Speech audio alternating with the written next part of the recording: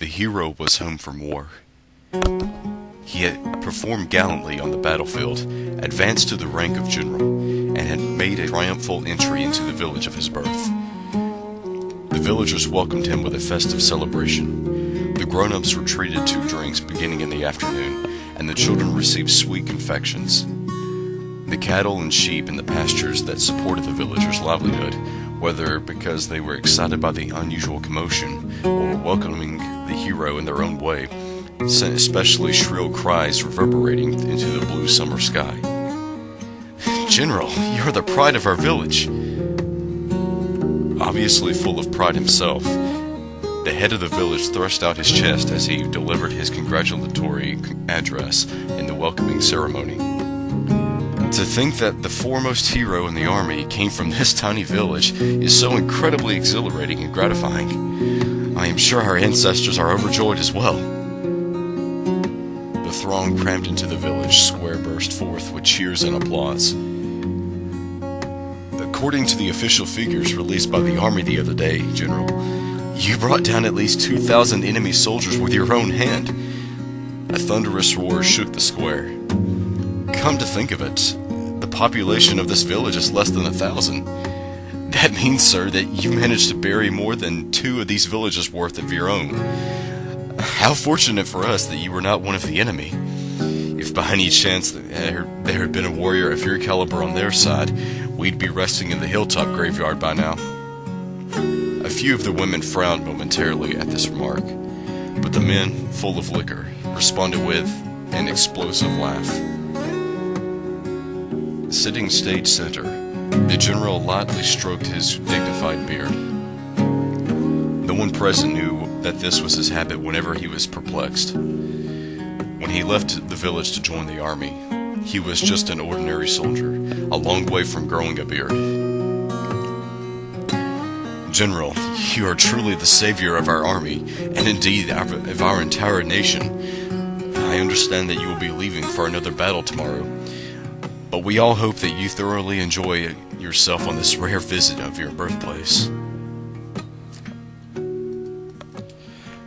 The village chief ended his greetings and withdrew to the wings, whereupon the village's #1 entertainer bounded onto the stage in the most comical way he could manage. "Dear General," he cried, running over to where the great man was seated, and going down to his knees, "oh, hear my plea." The general looked at him uncertainly. "Is there any possibility that you would lend me the sword at your side, if only for a moment?" Perplexed though he was by all this, the general, impelled by the audience's applause and cheers, handed the man his tassel and jewel-encrusted sword. The man bowed deeply as the sword entered his outstretched hands, and again he cried, "My gratitude knows no bounds!" Pretending to stagger under the weight of the sword, he came to the front of the stage and held the weapon aloft. "And now, ladies and gentlemen, I will reenact the event that raised our dear general's fame to the heights in a single bound, when he hacked 18 of the enemy into little teeny tiny bits." The audience cheered wildly, and the man, with exaggerated movements and commentary, swung the sword in a great arc. The audience knew exactly what he was doing. The general had not only made a name for himself for his strategic prowess, but was also widely acclaimed as a warrior on the battlefield. He did not rely solely on his weapons, but in the end leveled his opponents with his sheer physical strength. This, too, was a matter of the utmost pride for the villagers. "Here we go! 1 man down, 2 men down," flipped the sword. 3 men down, 4th man slashed diagonally right from the shoulder. 5th man's head goes flying. Oof! Then 3 at once, 6th, 7th, and 8th man. Oh, what a bother! I'll just skewer you like this.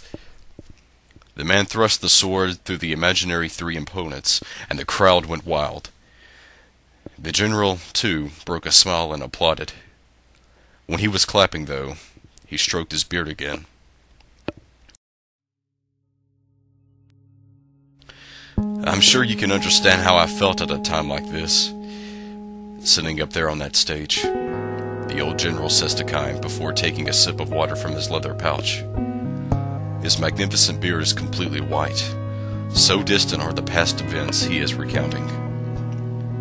Keim nods in silence, and the general continues, as if mulling over every word. The more you know about war, the more likely you feel that way. I'm sure the villagers meant well. They just wanted to pay homage to their hometown hero. No, of course, they weren't being the least bit malicious. My village has the nicest people in the world, which is exactly why I found the whole thing so painful. I couldn't stand it after a while.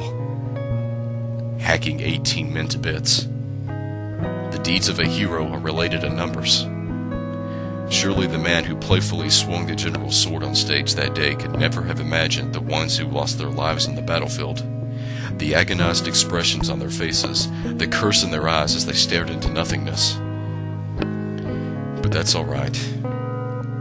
People who live peaceful lives don't have to know about such things. That's what people like us are for. To keep their lives far away from the battlefields.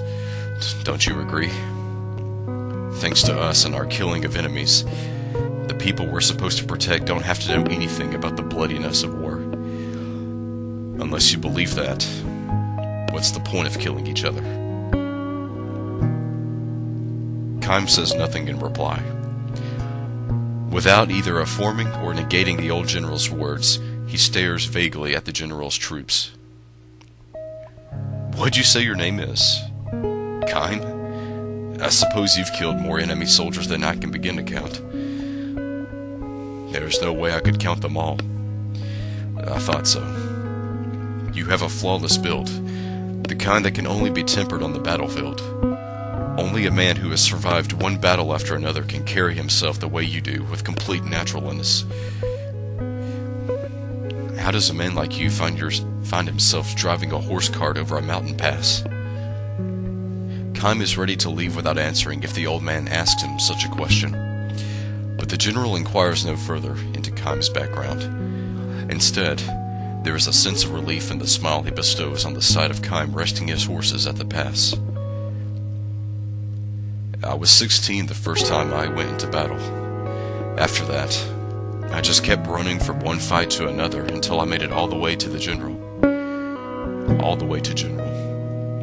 At first, I remember the faces of the men I crossed swords with and killed. Even if you don't try to remember them, they get carved into your memory. I had terrible nightmares. And try as I might, I could never seem to wash off the stench of the blood that got splashed on my face and hands. That was a hallucination, of course. But it got so bad once that I spent a whole night in the river trying to wash myself off. The general paused a moment to think about his story, then went on. But after a while, you get used to it. You get used to fighting and killing over and over again. Your body and your mind and your heart, you just get used to it. That's how people are. So I stopped having nightmares. I killed all the enemy soldiers I could lay my hands on, and I forgot every one of their faces. It's the same for you now too, Keim, isn't it? Maybe so. It's like a curse.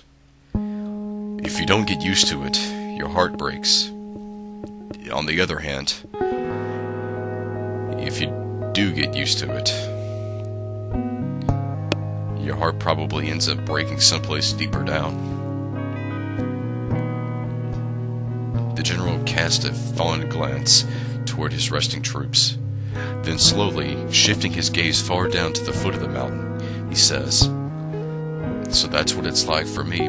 That's what it was like for me back then, when I returned to my birthplace in triumph.